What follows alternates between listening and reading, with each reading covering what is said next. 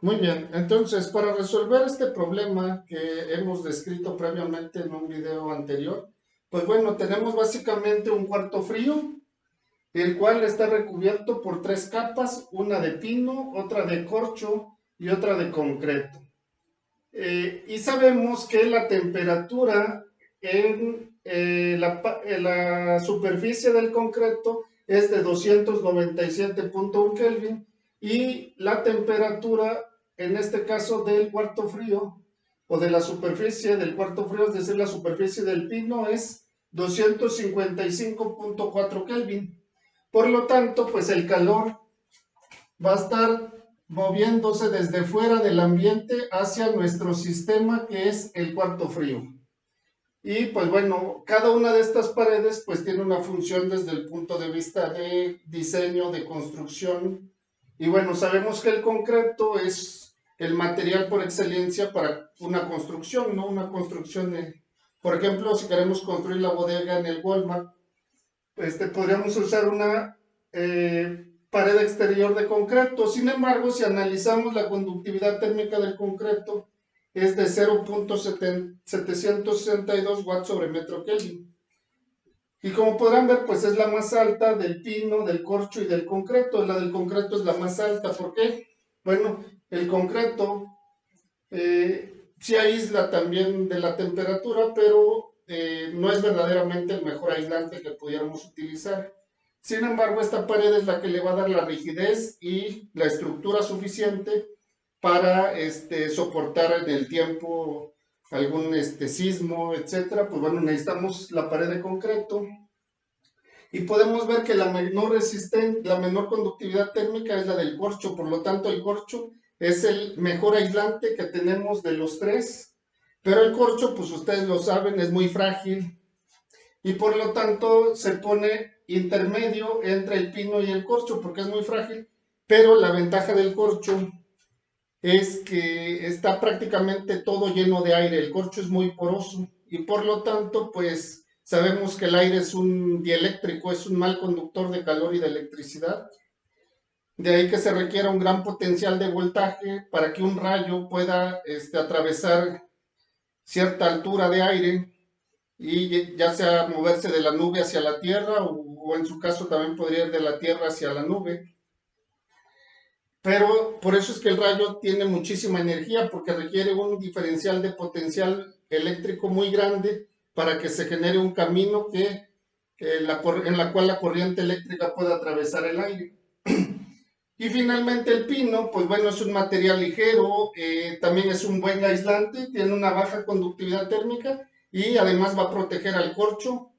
Entonces cada una de estas paredes tiene una función. Si quisiéramos construir esta cámara de refrigeración en un Walmart, en un Costco, pues hay que tomar estos aspectos en cuenta. Pues bueno, este problema, como podrán ver, entonces sería que tenemos tres conducciones de calor en tres materiales distintos.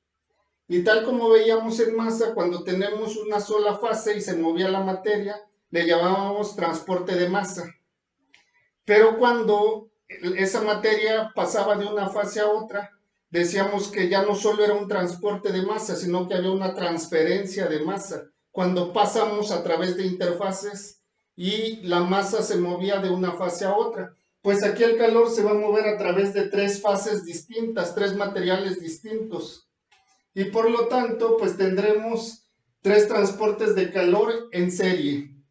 El calor primero va a atravesar el concreto, después el corcho y después el pino. Si lo vemos mediante este diagrama, pues bueno, sabemos que la temperatura exterior en la superficie exterior del concreto es la más alta, 297.1 Kelvin, y en la temperatura en la superficie interna del pino sería 255.4 Kelvin. Es todo lo que conocemos. Otros datos que nos da el problema, esto no está a escala desde luego, pero bueno, solo para indicarlo, las medidas en milímetros de los espesores de cada una de estas paredes son 12.7 milímetros de pino, 101.6 milímetros de corcho y 76.2 milímetros de concreto. Desde luego, sobra decir que en este caso la temperatura 4 es mayor que T1 y que el calor, el flux de calor se va a mover en sentido opuesto a Z, que sería nuestro caso 2. Otra manera de interpretar el problema sería el siguiente, que el flux de calor se considere de esta forma. Primero va a llegar al concreto y aquí tendría entonces, yo podría definir que esta es mi temperatura 1 y que en este caso pueden ver que la pendiente en el concreto la hice más pronunciada porque la conductividad térmica es mayor en el concreto. Quiere decir que es un mejor conductor de calor y va a haber un mayor cambio de temperatura en ese material. Entonces, en el caso en este otro diagrama, el flux se estaría moviendo en el mismo sentido que Z. Pasaríamos de la temperatura exterior del concreto a la temperatura interior del pino. Y entonces ahora T1 sería mayor que T4 y este problema lo podría resolver con caso 1. Es decir, que T1 es mayor que T4 y por lo tanto el flux de calor se mueve en el mismo sentido de Z. Pero para solución y homologar con la solución que también trae el libro de Jan Koplis, lo vamos a hacer usando el caso 2, que es sentido opuesto a Z. Si nosotros hiciéramos un balance, por ejemplo, en el concreto, tendríamos que volver a hacer lo que ya hice en los dos casos anteriores, proponer mi balance, entrada menos salida, más o menos lo que reacciona, igual acumulación. Y entonces llegaría a la solución particular de mi EDI2, que es el paso 1 que hemos hecho en los otros dos casos.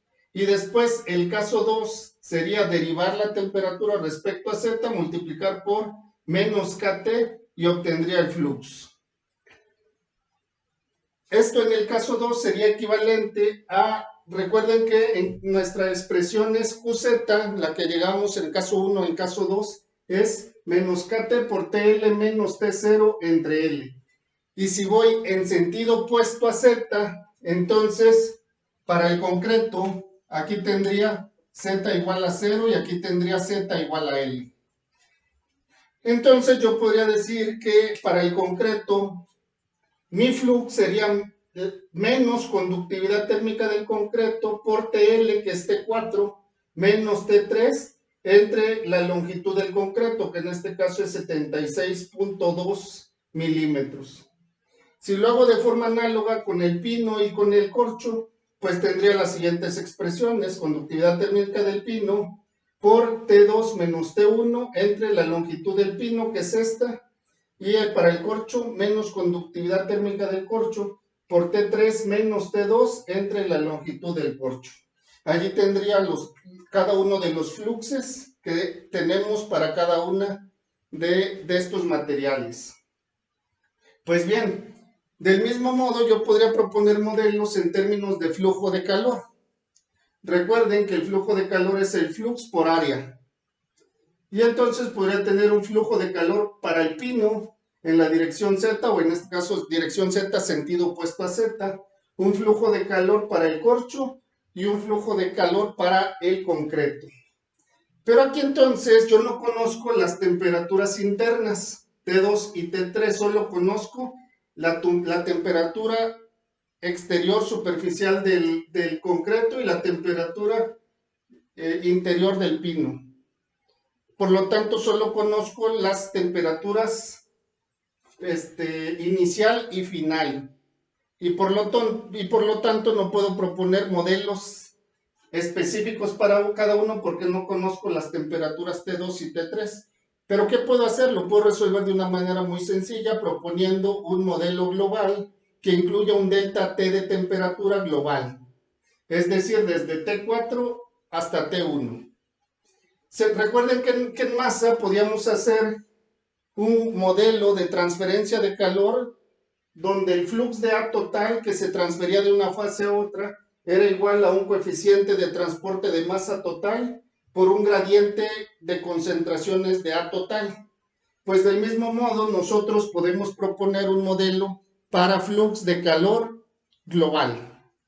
Entonces lo primero es identificar qué tipo de resistencias tenemos en nuestro sistema, si son resistencias en serie o en paralelo.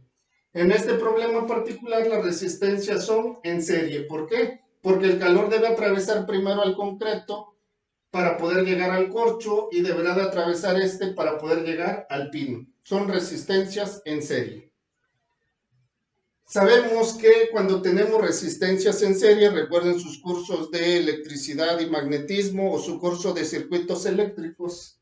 Cuando tenemos resistencias en serie, la resistencia total se puede expresar como la suma de las resistencias de cada una de las resistencias que tengamos en el circuito.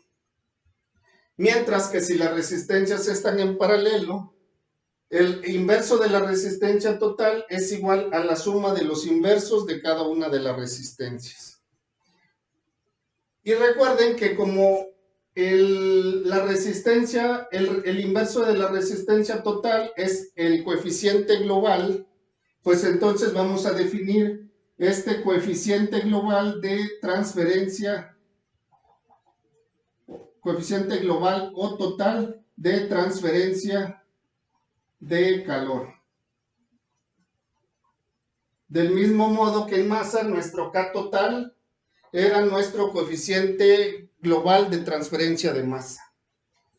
Y entonces, si el inverso de la resistencia total es el coeficiente global, se sobreentiende que el inverso de la resistencia 1 es mi coeficiente de transporte. Este es de transferencia porque es de varias fases, mientras que cada uno de estos es de transporte, coeficiente de transporte en cada una de las fases, ¿sí? Y entonces siempre vamos a tener que un coeficiente global es la suma de los coeficientes de transporte. El coeficiente global es de transferencia, los coeficientes locales son de transporte. Pero bueno, en nuestro caso particular de este problema, tenemos que son resistencias en serie, ¿sí? Y por lo tanto, vamos a proponer nuestro modelo global, donde el flux total de calor va a ser el coeficiente global por un delta, pero ahora no de concentraciones, sino de temperaturas total, que en este caso las tenemos. T4 menos T1, si quisiéramos verlo de la mayor temperatura a la menor, pero recuerden que el signo, si nuestro balance está bien hecho, nos va a dar de forma natural. Entonces, hagamos lo siguiente. Este U total, recuerden que es la suma de los coeficientes individuales o locales, pero también se puede ver como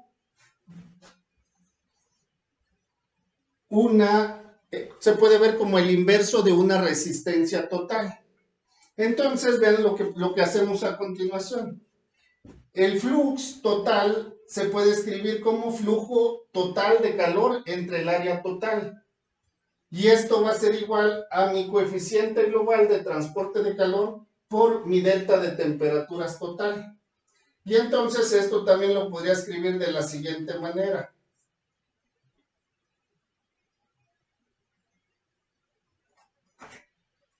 Sería 1 entre el UA, o bueno, el U, 1 entre el U total, ¿sí? Por el delta T total. Si aplico extremo por extremos, medios por medios, pues llegaría exactamente a la misma expresión. Pero ahora este término, que es el inverso del coeficiente global, lo puedo ver como una resistencia total, ¿sí? De tal manera que esto lo puedo escribir como 1 entre la resistencia total, perdón, 1 entre 1, ¿sí? 1 entre la resistencia total por el delta T total, ¿sí? Donde la resistencia total es U1 entre el U total.